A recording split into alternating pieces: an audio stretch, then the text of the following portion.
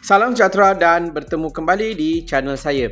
Okey, 97 warga asing ditahan di pasar malam di sekitar Kelang dan Kajang. Okey, baru-baru ni JIM telah melaksanakan operasi di dua tempat iaitu Kelang dan Kajang.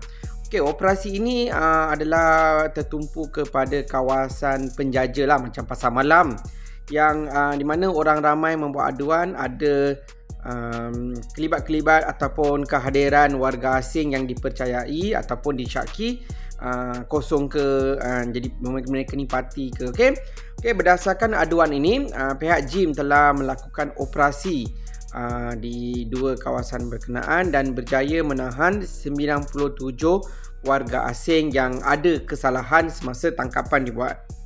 Okey, semasa operasi ini dijalankan seramai 884 individu diperiksa. Okey, dalam 884 individu ni termasuk warga negara Malaysia, termasuk warga negara asing diperiksa. Periksa ni maksudnya minta pasport, minta dokumen pengenalan diri. Okey, so selepas diperiksa mana yang tidak ada kesalahan dan dilepaskanlah. Yang ada kesalahan saja ditahan. So dalam operasi ini yang ada kesalahan adalah 97 warga negara asing yang ada kesalahan semasa tangkapan atau operasi ini dibuat. Okey, mereka ni terdiri daripada 72 lelaki dan 25 wanita yang berumur 18 hingga 62 tahun. Ni yang ditangkap tu. Okey. So apa kesalahan yang mereka lakukan? Okey, semasa operasi ini kesalahan-kesalahan yang nyata yang mereka lakukan adalah tinggal lebih masa, iaitu overstay dekat Malaysia, dan ada juga melakukan kesalahan di bawah Section 61C masuk dan tinggal tanpa pas dan permit yang sah. Kadang-kadang dia orang ni tak ada pasport, okey, ditangkap.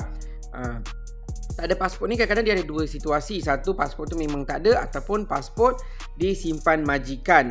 Okey, so pemeriksaan akan dilakukan untuk mengesahkan mereka ni sama ada parti ataupun tidak.